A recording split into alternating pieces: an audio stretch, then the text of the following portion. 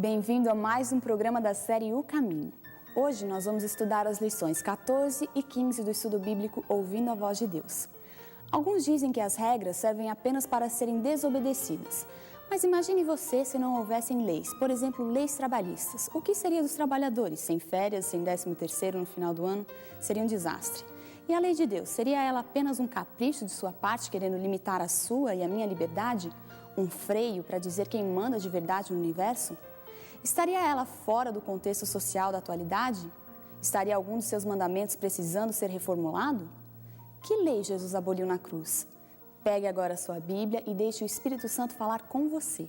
O tema de nosso estudo de hoje diz respeito às regras do caminho. Deus amado, mais uma vez nos colocamos nas suas mãos, Senhor. Queremos receber aqui a unção do seu Espírito, o seu poder em nossa vida. Que o Senhor possa tomar cada um dos seus filhos, Senhor, aqui essa noite. Que o Senhor possa nos abraçar, nos dar o seu conforto, a sua paz, o amor que só pode vir do Senhor. Que nós possamos, enquanto estivermos aqui, sentir, Senhor, que estamos na sua presença. E ao ouvirmos a sua voz, que o Senhor também nos dê o poder para nos movermos na sua direção. Mais uma vez, Senhor, fala ao nosso coração aquilo que nós precisamos ouvir e a nossa mente, em nome de Jesus. Amém, Senhor. Boa noite a todos. Prazer mais uma vez estar com você. Eu quero dar as boas-vindas a você também, que não está aqui em Jacareí, não é? No auditório da Novo Tempo, na Igreja Adventista Jardim América, mas que está em qualquer igreja adventista ou no auditório, ouvindo pela Rádio Novo Tempo. Você é muito bem-vindo na sua casa também, para mais esse programa especial da série O Caminho. E hoje o número do nosso programa é 14, só que tem o seguinte, o programa de hoje vai englobar 2 lições. Você vê hoje dentro do seu envelope que tem 2 lições. Então nós vamos unir 2 e falar os 2 assuntos junto, tá bom? Vamos falar os 2 ao mesmo tempo, ou seja, um em seguida do outro. Vamos unificar os 2. Hoje o título é Regras do Caminho. Quem gosta de regra? Levanta a mão. Puxa vida, eu senti que na hora vocês já levantaram a mão assim, foi uma coisa maravilhosa, não é? Não gostam de regra? Quem não gosta, mas assume que a regra é necessária? Levanta a mão, quero ver. Agora sim, não é? Vocês são sinceros, gente, olha que coisa maravilhosa. É bom ter gente sincera, mas tem outros que gostam, é lógico. Isso é do perfil da pessoa. Tem pessoas que aprendem a gostar das regras e se apaixonam. Tem gente até que estuda para ser advogado, não é? Faz direito, isso é gostar de regras, é ou não é?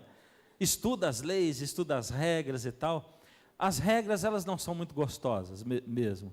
Eu mesmo não gosto muito de regras, não é? Principalmente quando elas dizem respeito ao horário, a mudanças na sua maneira de ser, na sua maneira de viver.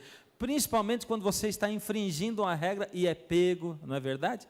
Sabe quando a sua carteira de motorista venceu, você diz, puxa, eu preciso ir até tal lugar, eu preciso... Só amanhã que eu vou poder renovar, eu preciso. E você vai assim com o coração na mão, mas você sabe que você está infringindo uma regra, de repente o guarda te para, né? E uma vez aconteceu isso comigo, né? Que coisa terrível. Não era bem a carteira vencida, eu não sei bem o que era, não me lembro, mas ele parou. Aliás, aconteceu algumas vezes, não é? E de repente ele olha dentro do carro assim, eu acho que 2 ou 3 vezes aconteceu de ter alguma coisa errada. E ele olha dentro do carro, vê a esposa, a criançadinha assim, diz, pode ir embora, nem pede nada. Diz, que alívio, né? Se ele me pede os documentos, que coisa terrível. As regras não são agradáveis, não são boas, porque nós gostamos de viver fora das regras. Mas, mesmo gostando de viver fora das regras, nós assumimos que elas são necessárias. E eu, desde menino, aprendi com minha mãe, minhas professoras, professores e tal, que a minha liberdade, ela termina...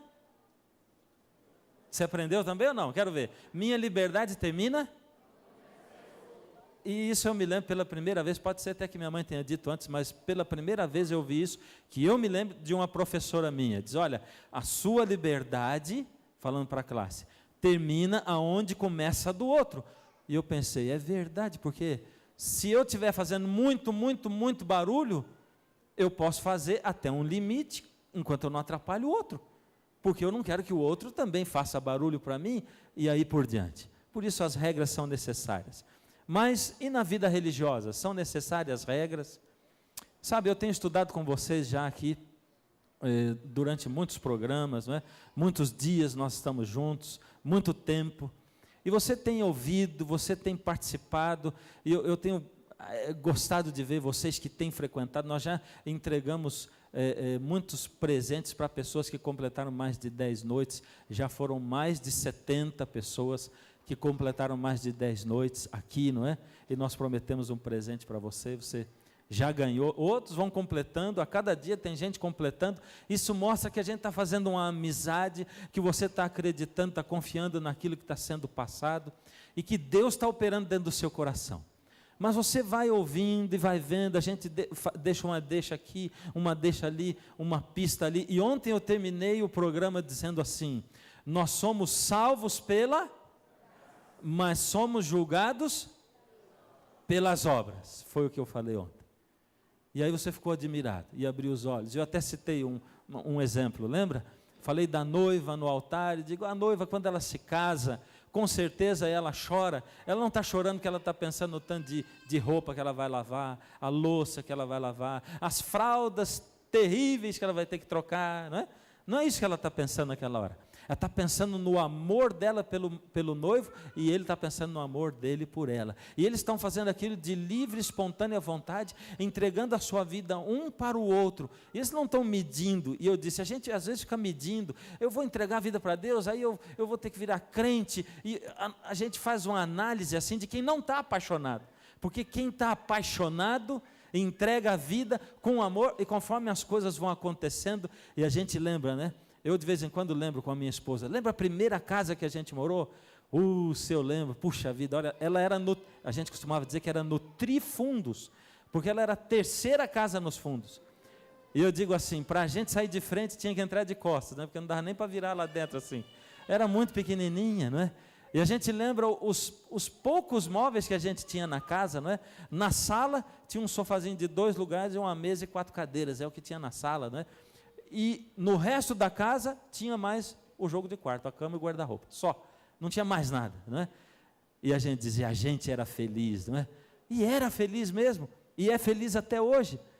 Então a gente não mede isso, e conforme as coisas vão acontecendo, a gente vai enfrentando, e um olha para o outro, e o outro olha para um, e a gente vai se amando, e vai se completando, e a coisa vai acontecendo, e com Deus tem que ser assim. Se a gente olha para Deus e diz, mas quanta regra, a gente não vai gostar de Deus nunca. A gente tem que pensar o contrário. Ninguém chega para alguém para namorar e diz assim, nunca viu na vida, e diz assim, olha, eu quero te fazer uma proposta. Vem para casa para você lavar minha roupa, para você cozinhar para mim, e trocar as fraldas das minhas crianças e tudo, e casa comigo. Não é assim. E Deus não faz assim com você. Deus não chega para você e diz assim, olha, vem para ficar comigo e seja bonzinho, porque eu vou julgar você pelas obras. Não. A Bíblia diz, Deus prova o seu amor para conosco, pelo fato de ter Cristo morrido por nós, sendo nós ainda pecadores. Cristo deu o primeiro passo, o segundo, o terceiro, o quarto. Você e eu não merecíamos, não éramos nada, nós éramos rebeldes, somos rebeldes, viramos as costas para Deus, quebramos o nosso relacionamento com Ele, passamos a vida inteira fugindo dEle. Ele morreu por você e por mim, Ele ainda chama você através do Espírito, Ele faz de tudo para dar um jeito, para arrastar você para dentro de uma igreja como essa, para ouvir a mensagem, faz de tudo para fazer você se conectar com o rádio ou com a TV, e Ele fala para você e diz, filho, vem, eu estou esperando você, filho. Ele se humilha, Ele se transforma num homem, e tudo isso Ele faz para depois ele dizer, filho, agora eu vou ensinar você como nós vamos viver melhor. Vamos discutir relação agora. E Jesus quer discutir relação com você. Ele diz, olha, eu fico muito feliz quando você faz assim, assim, quando você fala isso e isso. Eu fico muito feliz. Será que nós precisamos de regras no relacionamento com Deus? Sim ou não? E tem uma pergunta que sempre fica na cabeça das pessoas. Muitas pessoas evangélicos, não evangélicos, dizem assim, olha, não se aproxime daquela igreja chamada Igreja Adventista, eles são uma seita, porque olha, eles têm umas coisas meio esquisitas lá, e eles têm um negócio assim, terrível, olha, eles fazem, e provavelmente você ouviu alguém falar isso, não é? Eu não sei se até agora você tem sentido que nós somos uma seita, porque nós amamos a Jesus, nós acreditamos que Jesus é Deus, nós cremos na salvação pela graça. E eu gostaria de mostrar para você uma pergunta que talvez esteja na sua cabeça. Por que esse povo fala da lei de Deus e do tal do sábado? E isso faz com que as pessoas pensem que eles são seitas. Eu quero explicar para você. Como nós somos salvos? Nós somos salvos, segundo diz a Bíblia, Efésios 2, 8 e 9, porque pela graça sois salvos, mediante a fé. É assim que nós somos salvos. Eu tenho dito isso e reitero isso. Isso não vem de vós, é dom de Deus, não de obras, para que ninguém se glorie. Não tem outro jeito de sermos salvos. Somos salvos pela graça, mediante a fé. E isso não é nosso, é de Deus. E eu vou dizer o que eu já disse outras vezes: não adianta guardar a lei, não adianta tirar a sua roupa do corpo para dar para os outros, não adianta você guardar o sábado, nada disso vai fazer você se salvar, não vai contar nenhum ponto para você no seu relacionamento com Deus, para que você possa ganhar a salvação. Não adianta nada. Nós somos salvos pela graça, mediante a fé. E isso não é nosso, é de Deus, porque nada que eu possa fazer é o suficiente para comprar a minha salvação. Eu não sou nada diante de Deus, mas tem algumas frases, algumas declarações que nos deixam assim, encucados, em dúvida. Por exemplo, Jesus declara: todo aquele que me diz Senhor, Senhor, e não guarda os meus mandamentos, é mentiroso e nele não está? Quem disse isso? Todo aquele que diz Senhor, ó Senhor, mas não guarda os meus mandamentos. E alguém pode dizer assim: espera aí, mas Jesus está dizendo os meus mandamentos, não os 10 mandamentos. Ora, o que nós estudamos e o que qualquer igreja cristã prega? Jesus é Deus, sim ou não? Se Jesus é Deus, Jesus foi aquele Deus que criou tudo aqui, porque João diz assim: tudo que foi feito por meio dele, e sem ele nada do que foi feito se fez. Foi ele que fez. Ele disse haja luz, foi ele que deu vida a Adão, foi ele que criou Eva, e assim por diante. E Jesus disse algumas vezes, e nós estudamos textos anteriores, quando ele diz assim: eu sou. Quando ele diz eu sou, ele está usando o nome de Deus, o mais importante. Quando ele apareceu para Moisés, e Moisés disse: Senhor, mas o Senhor está me mandando libertar o povo de Israel de lá do Egito, e eu vou dizer que eu estou indo em nome de quem? Ele diz assim: diga para o faraó, eu sou, me enviou. E Jesus disse: eu sou depois o caminho, a verdade e a vida. Estava se referindo a lá, aquela época. Por isso, quem foi o Deus que apareceu para Moisés lá no deserto?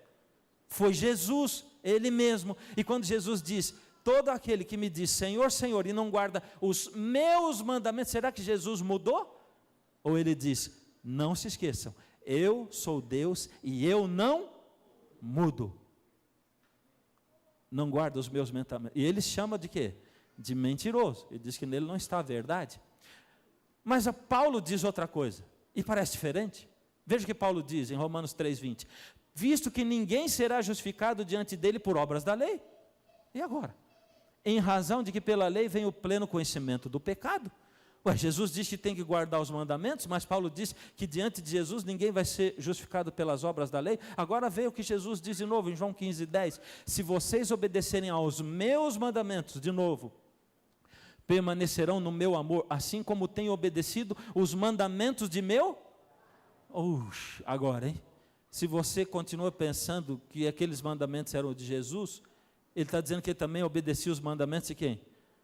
De Deus. E em seu amor permaneço. Será que a Bíblia se contradiz? Tem uma aparente contradição aí, não tem? Então veja mais. Não, a Bíblia não se contradiz. A Bíblia nunca se contradiz. Existem contradições aparentes algumas vezes, mas quando nós vamos estudando e buscando daqui e comparando ali, lembra o que diz a Bíblia lá desde o começo do nosso curso? Um pouco aqui, um pouco ali, comparando, e aí nós vamos esclarecendo. Será que a lei foi abolida quando Jesus veio? O que você acha? É para você pensar, porque aqui vai ter um monte de gente que vai dizer não, e outros vão dizer assim, foi. Mas eu quero que você fale agora, em voz alta, a lei foi abolida, sim ou não? Não? Tem certeza que não? Eu acho que sim. Efésios 2,15. aboliu na sua carne a lei dos mandamentos na forma de ordenanças para que dos dois criasse em si mesmo um novo homem fazendo paz. Ou seja, a lei foi abolida ou não? Está falando de Jesus, que Jesus aboliu na sua carne a lei dos mandamentos na forma de ordenanças. A lei foi abolida, sim ou não? Como é que você está dizendo não se a Bíblia diz que sim? A Bíblia diz que a lei foi abolida, é o que está escrito aí, e eu não posso ir contra a Bíblia, portanto a resposta para isso aqui é sim. Foi abolida a lei, sim ou não? Está difícil falar isso? Mas está de acordo com a Bíblia, é o que diz a palavra de Deus. A palavra de Deus diz sim, a lei foi abolida. Agora eu quero dizer assim, a lei diz assim, entre outras coisas, não matarás, não mentirás, honra teu pai e tua mãe. Já que a lei foi abolida, eu posso transgredir tudo isso aí, não é verdade? Se a lei foi abolida, então eu posso matar, eu posso roubar, eu posso adulterar, porque a lei foi abolida, não é verdade? E agora, como é que fica? A lei foi abolida, sim, essa é a resposta. Não pense que eu estou inventando e nem mentindo, a lei foi abolida, sim, e nós lemos ali na palavra de Deus. Só que surge um problema, porque se a lei foi abolida, eu posso fazer tudo isso? Vamos ver de novo. Não dá para negar que Paulo afirma mais ainda, porque o pecado não terá domínio sobre vós, pois não estáis debaixo da lei, e sim da graça. Paulo está dizendo, o pecado não tem domínio sobre você. Você não está debaixo da lei, você está debaixo da graça. E agora? De novo. Então quer dizer que eu posso mentir, roubar, adulterar e cobiçar? Sim ou não? Você está confuso? Está confuso ou não? Se você está confuso, eu estou atingindo meu objetivo, que meu objetivo, por enquanto, é esse. Vamos lá. Quantos tipos de lei nós encontramos na Bíblia? Agora nós vamos começar a responder a coisa certa. Quantos tipos de lei? São 4 tipos. Está olhando aí a tela? 4 tipos de lei que a Bíblia descreve. E não posso falar só. Eu tenho que falar e mostrar o texto bíblico para você, para poder provar aquilo que eu estou falando. Vamos começar assim. Quem deu essas leis para Israel? Moisés ou Deus? Quero ouvir você falando. Você já está em tanta dúvida que está respondendo baixinho agora. Deus. Foi Moisés ou foi Deus? Então vamos lá. Primeiro, 4 tipos de leis. O primeiro eram as leis civis para regrar e reger a nação de Israel. Aqui diz assim, disse o Senhor, se alguém furtar um boi ou ovelha e o degolar ou vender, por um boi pagará 5 bois, pela ovelha 4 ovelhas. Isso fazia parte de um código de lei que era uma lei civil. Esse é o primeiro tipo de lei que tinha Israel. Eram quantos tipos mesmo? Isso, vamos lá, vamos conversando que nós vamos chegar lá. Então aqui está uma descrição. Segundo tipo de lei, eram as leis cerimoniais ou a lei cerimonial. Que lei cerimonial era essa? Nós aprendemos esses dias passados aí, né? A respeito daquele santuário, as leis que envolviam ir lá matar o cordeirinho, só o sacerdote entrava no lugar santo, o sumo sacerdote entrava uma vez por ano no lugar santíssimo. Eram as leis cerimoniais, regia todo o cerimonial do santuário. O texto é Levítico 4, 27 a 29. Falou o Senhor a Moisés. Quem deu essa lei também? A outra quem deu? Foi Deus também. Se alguém do povo pecar contra algum mandamento, oferecerá um cordeiro sem defeito, sobre a cabeça do animal confessará o seu pecado e o degolará. Isso aqui faz parte da lei cerimonial. Primeira lei era a lei civil, regia o país. Segundo, lei cerimonial. Outro tipo de lei.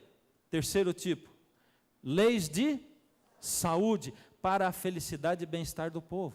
Deus deu leis, deu regras. Falou mais o Senhor a Moisés. Quem foi que deu a lei? Deus. Falem aos filhos de Israel, estes são os animais que comereis. Deus deu uma lista aqui em Levítico 11, de animais que a gente deveria comer ou não deveria, porque Deus queria que o povo tivesse mais saúde, então Ele deu essa lei para lá para o povo. Eram as leis de saúde. E o último tipo de lei, qual era?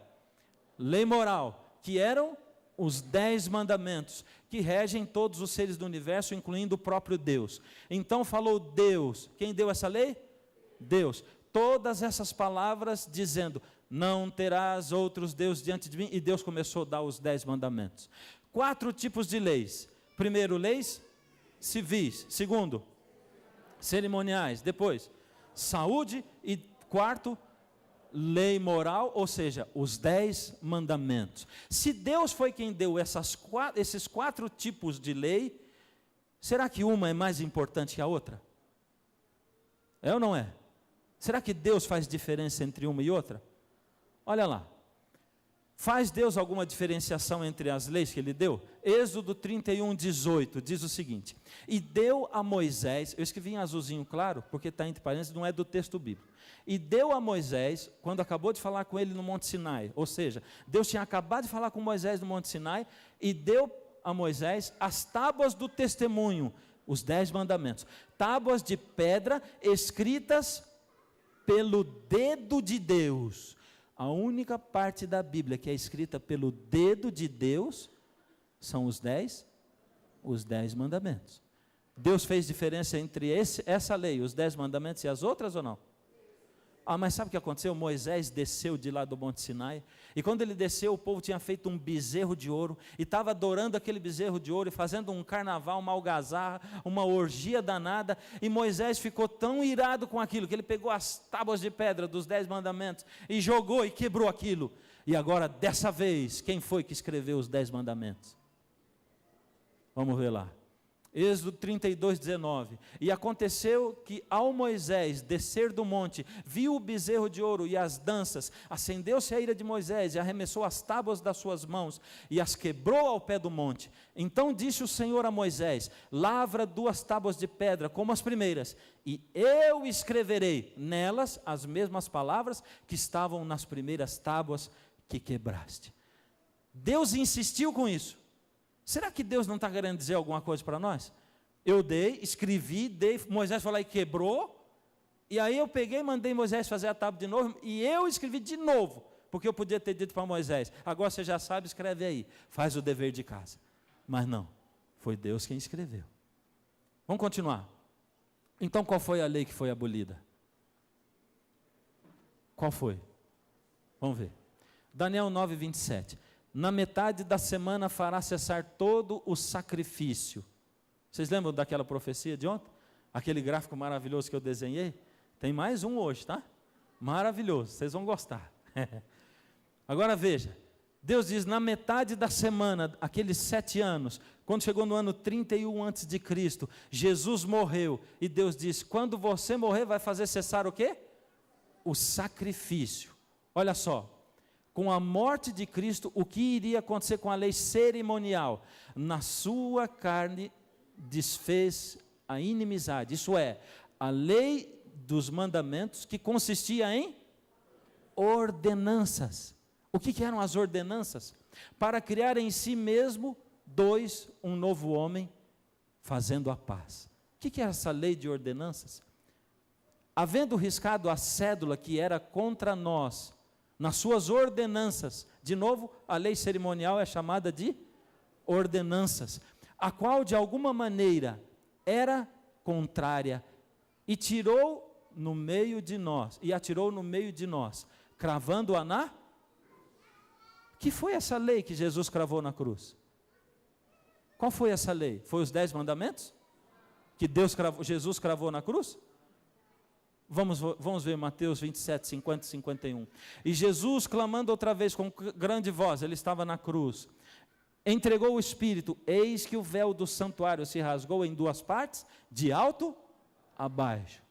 Aquilo significava que quando Jesus na cruz clamou em grande voz, e o véu do santuário rasgou de alto a baixo, era o véu que separava o lugar santo do lugar santíssimo. Deus estava dizendo, e eu falei esses outros dias, não precisa mais matar cordeiro, porque o cordeiro de verdade veio, o cordeiro de Deus que tira o pecado do mundo, Jesus veio, ele morreu, acabou. Eu estou abolindo a lei das ordenanças que falava sobre o cordeiro, lá no santuário, que o sacerdote ia lá e matar o cordeiro, eu estou acabando com isso aí, não precisa mais, porque agora Jesus cumpriu o papel dele, eu estou agora abolindo a lei de ordenanças, é isso. Então eu perguntei para você, a lei foi abolida? E depois mostrei um texto dizendo que ela foi abolida. O problema não é se a lei foi abolida ou não, o problema é qual lei foi abolida. Se são 4 tipos de lei, qual lei foi abolida? Foram os 10 mandamentos? Sim ou não? Você tem dúvida ainda? Mas eu estou aqui para tirar a sua dúvida. E para isso, eu não posso falar, eu tenho que apresentar mais textos da palavra de Deus. Não penseis, Mateus 5,17, Jesus falando, não penseis que vim abolir a lei ou os profetas, não vim revogar, mas vim cumprir. E aí tem gente que diz assim, usa errado, porque não conhece nem o significado da palavra cumprir em grego, não é? Diz assim, Jesus cumpriu, o que acontece? Ele cumpriu, agora ninguém precisa mais cumprir a lei. É interessante, porque toda vez que eu passo no sinal vermelho, se eu esperei o verde para poder passar, e eu cumpri a lei ali naquele dia, quando eu voltar no outro dia, ou parar no outro sinal, então quer dizer que eu já cumpri, não é verdade? Eu cumpri a lei lá atrás, não preciso mais cumprir o resto do caminho. Posso ir daqui até Curitiba, até São Paulo, até o Nordeste, sem parar em nenhum sinal vermelho, porque eu cumpri a lei, já está cumprido uma vez por todas, não é verdade? Não, Jesus está dizendo o contrário, ele até põe duas palavras, aí eu não vim abolir a lei, eu não vim acabar com ela, eu vim cumprir, eu vim fazer a lei se cumprir, eu vim para fazer o que a lei diz, eu não vim revogar, eu vim para cumprir. Jesus diz mais em João 14,15, se vocês me amam, ou seja, se me amais, guardareis os meus mandamentos. O que mais diz Jesus? João 15,10, se guardardes os meus mandamentos, permanecereis no meu amor, do mesmo modo que eu tenho guardado os mandamentos do meu Pai. Já citei esse texto, não é?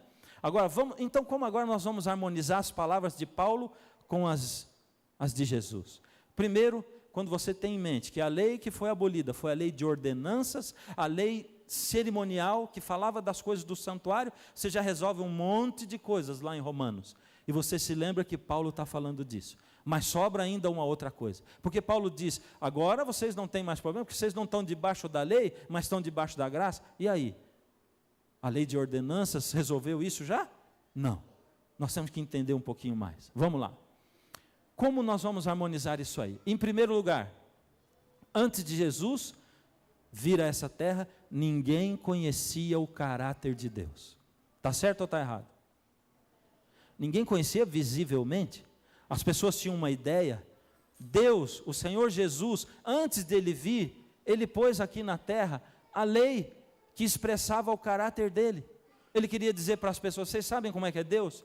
Deus é assim, Deus, ele não mata, Deus não rouba, Deus não cobiça nada de ninguém, Deus é um Deus respeitador. Em outras palavras, vamos resumir os 4 primeiros mandamentos.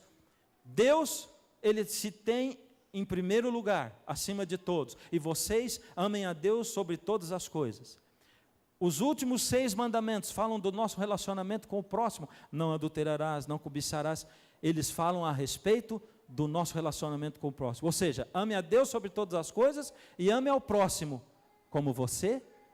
Foi isso que Jesus disse, quando ele diz, eu vou dar um resumo da lei para vocês, amem a Deus sobre todas as coisas, e ao próximo, como vocês amam a vocês mesmos.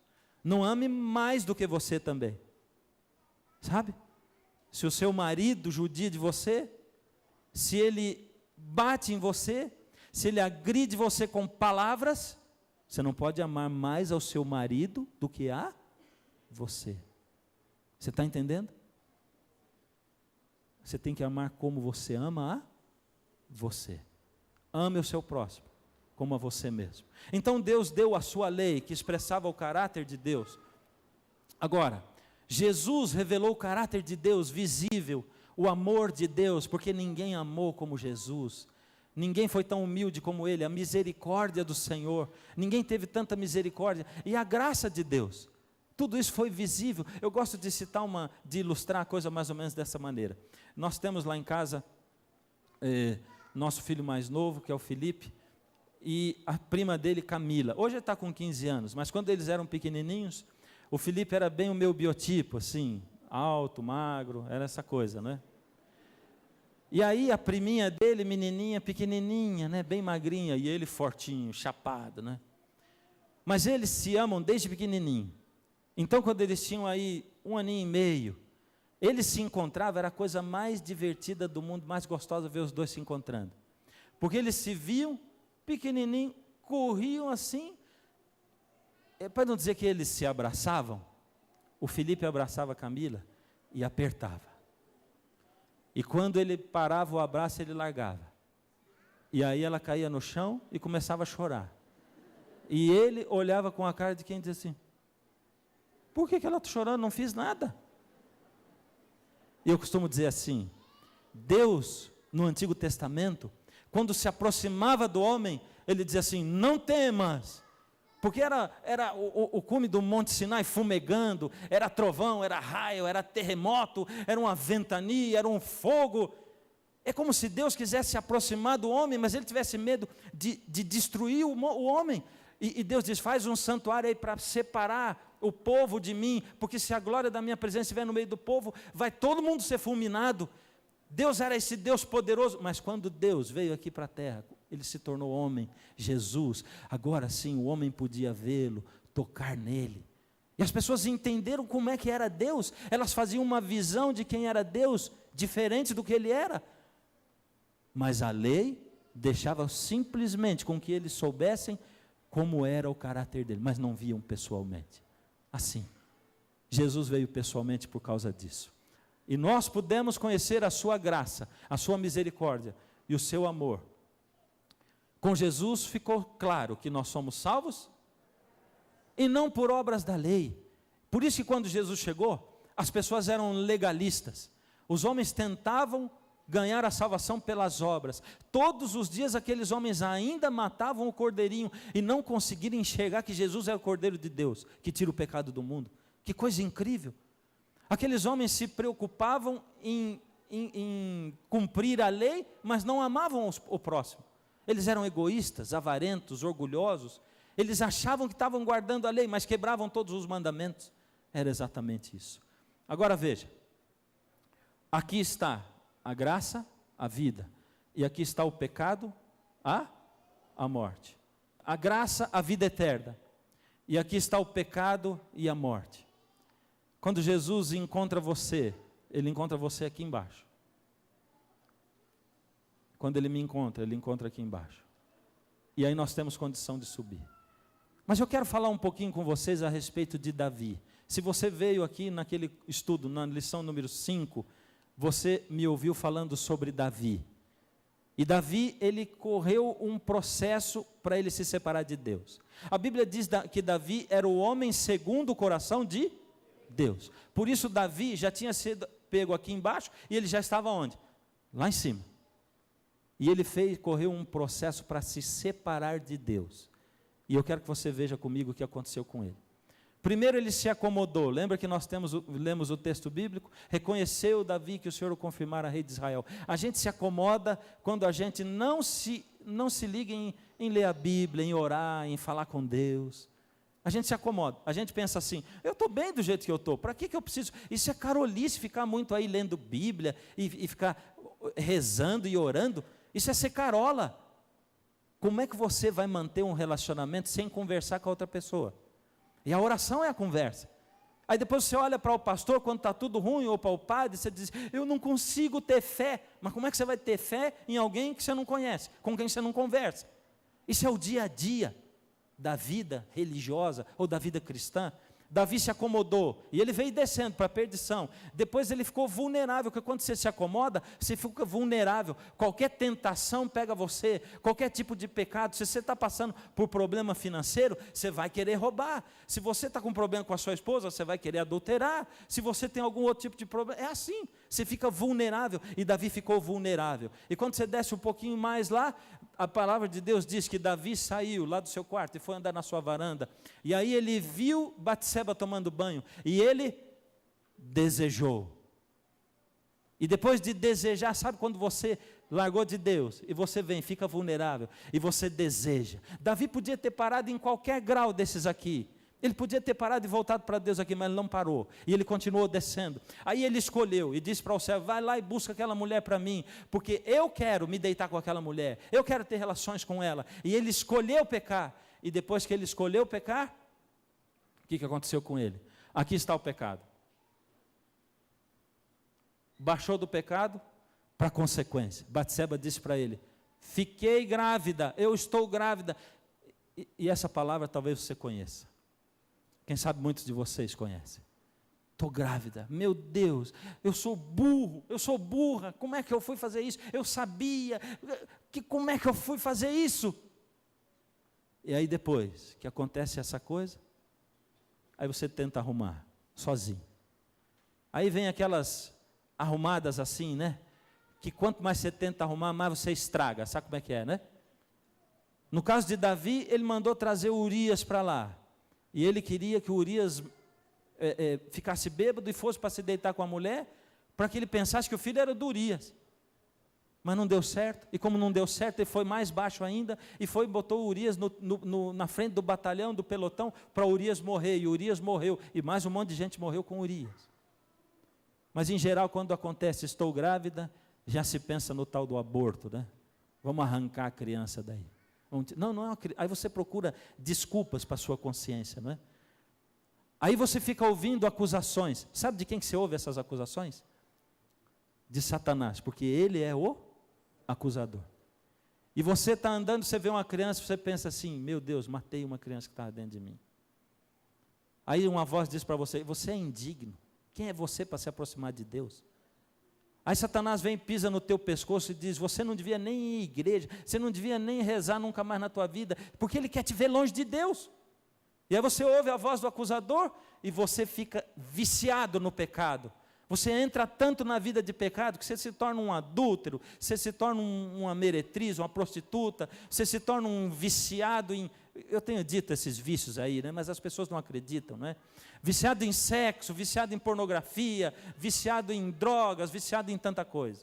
É isso. Nessa condição, você está pertinho da perdição e da morte eterna, porque lá é vida eterna e aqui é morte eterna. Perdição e morte eterna. Mas mesmo assim, quando você está lá, Jesus te dá uma opção. E aqui está tão clarinho que talvez você não enxergue, né? Aí você ouve Deus chamar. Eu vou te dizer um negócio, viu? Deus está chamando desde aqui até aqui, o tempo todo. O Espírito dele está falando com você, está chamando você, volta daí, volta, mas você vai mais fundo, e vai, e vai. Quanto mais você desce, pior é. Mas aqui, de repente no meio do abismo, quando você está lá no meio de um temporal, de uma aflição, quando você não tem mais para onde ir, aí você olha para Deus, como diz a palavra do filho pródigo, a parábola, caindo em si, voltou para o Pai, é isso. Aí você se arrepende, por que eu fui fazer isso? Aí você confessa, Deus, eu pequei contra o Senhor, eu estou confessando o meu pecado, eu fui rude, eu fui cruel, eu fui egoísta, eu fui avarento, Deus, eu coloquei as minhas vontades na frente das suas vontades, e você confessa a Deus, e aí você passou do pecado, aí é perdão duplo, Deus perdoa você, e você começa a conseguir perdoar aqueles que você não conseguia perdoar antes, porque com Deus é assim, Ele vai entrando na sua vida, e vai tomando conta de você, e você vai olhando para Ele, e vai crescendo espiritualmente, e depois você se converte de verdade, e aí Jesus justifica você e diz, agora você não deve mais nada para mim, agora a sua conta está zerada, agora você é meu, e o meu sangue está no lugar dos erros que você possa cometer, está você aqui, filho, vem comigo, e você continua na mão de Deus, continua do lado dele, e vai subindo, você está subindo para a graça, e você passa por um estágio de santificação. Santificação, queridos, é a luta sua, olhando para Deus, eu quero ser melhor, eu quero buscar Deus mais, é olhar para lá. Tem gente que não consegue olhar para lá. Pecado é o que mesmo? Segundo a palavra de Deus? Quem comete pecado também transgride a lei, porque pecado é o que diz a palavra de Deus. Olha lá. Por isso a lei é que indica o que é pecado. Sabe para que a lei serve? A lei serve para o seguinte: você está aqui em cima, com Deus. Você não precisa estar preocupado com a lei. Será que eu estou transgredindo a lei? Não, porque você está aqui na graça.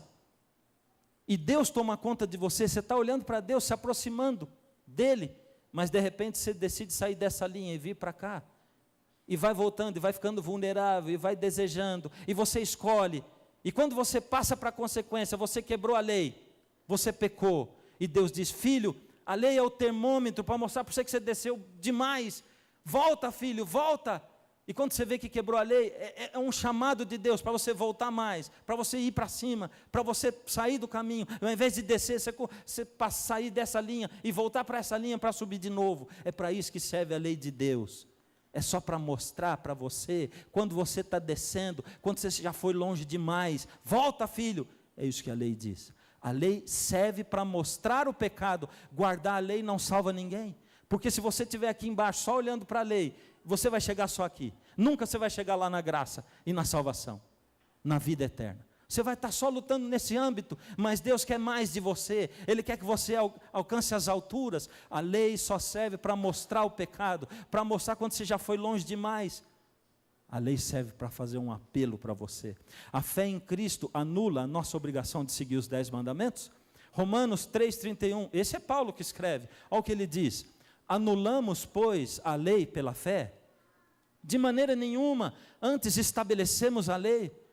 O que ele está dizendo?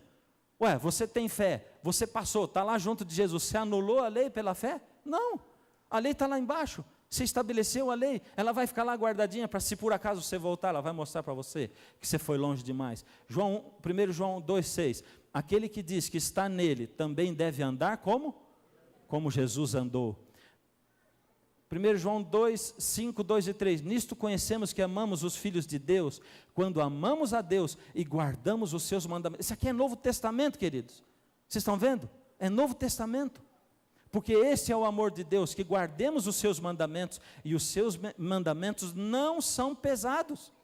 É isso que está dizendo a palavra de Deus, porque senão não faria sentido. Se a lei tivesse sido abolida, eu poderia matar, roubar e adulterar, sim. Nós não podemos dizer isso, senão nós vamos fazer uma contradição com a palavra de Deus.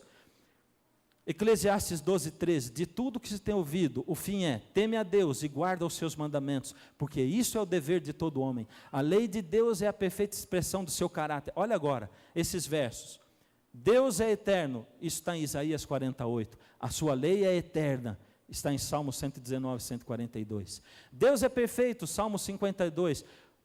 Romanos 7,12 diz, a sua lei é perfeita. Está no Novo Testamento, Romanos. Deus é bom, Salmo 86,5. No Novo Testamento, Romanos 7,12, a sua lei é boa.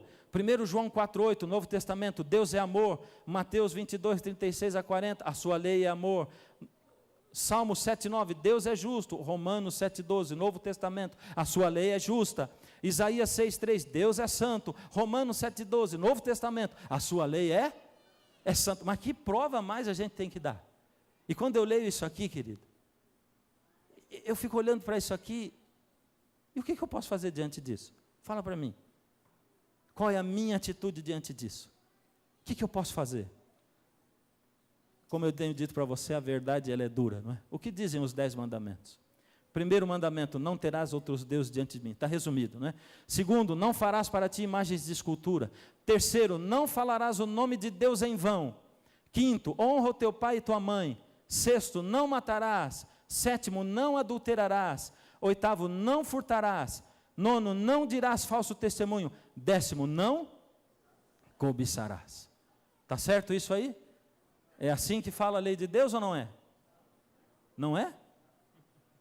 Como não é? O que está acontecendo? Vocês estão estranhando?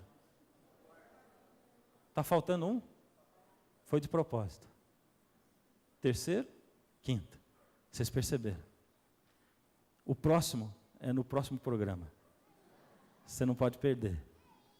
Porque eu quero te explicar o que acontece com esse próximo. Eu tinha que falar da lei hoje, toda hoje, para explicar para você.